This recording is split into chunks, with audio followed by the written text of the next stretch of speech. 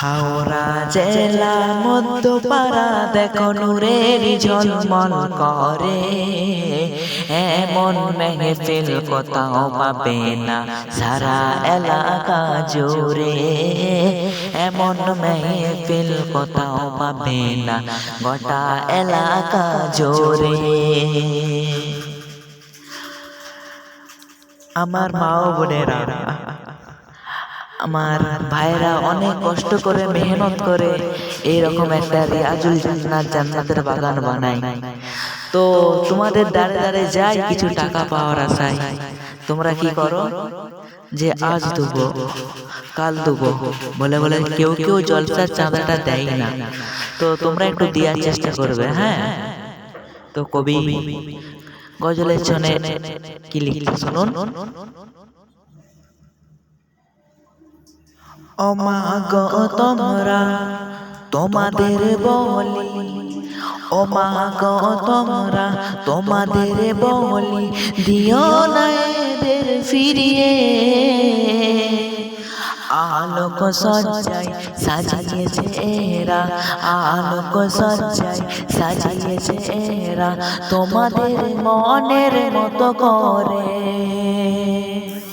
সাজিয়ে তোলে এমন অনুষ্ঠান বহু মেহনত করে। এরা গো একদিন দেখে হবে তোমরা, এরা গো একদিন দেখে হবে তোমরা, যুব সমাজ গড়ে তুলিবে। এরা বহু পরিশ্রম করে, এরা গজল অনুষ্ঠান করে, এরা বহু মেহনত করে, এরা কেরাত অনুষ্ঠান করে।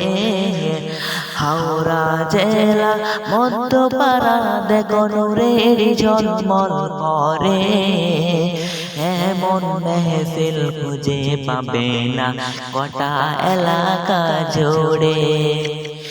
এমন মেহফিল কোথাও পাবে না সারা এলাকা ঘুরে। আমার মাইকে বালা তোমায় ছাড়ো না, তোমার কথা বলবো। তো কি বলবো, কি বলবো?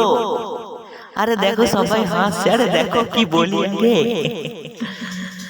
আমার মাইকে বালা যার হয় না তো লহনা, কত সুন্দর করে ঘুরিয়ে ঘুরিয়ে সাউন্ড যেন, ঘুরিয়ে ঘুরিয়ে সাউন্ড যেন মধুর মতো করে।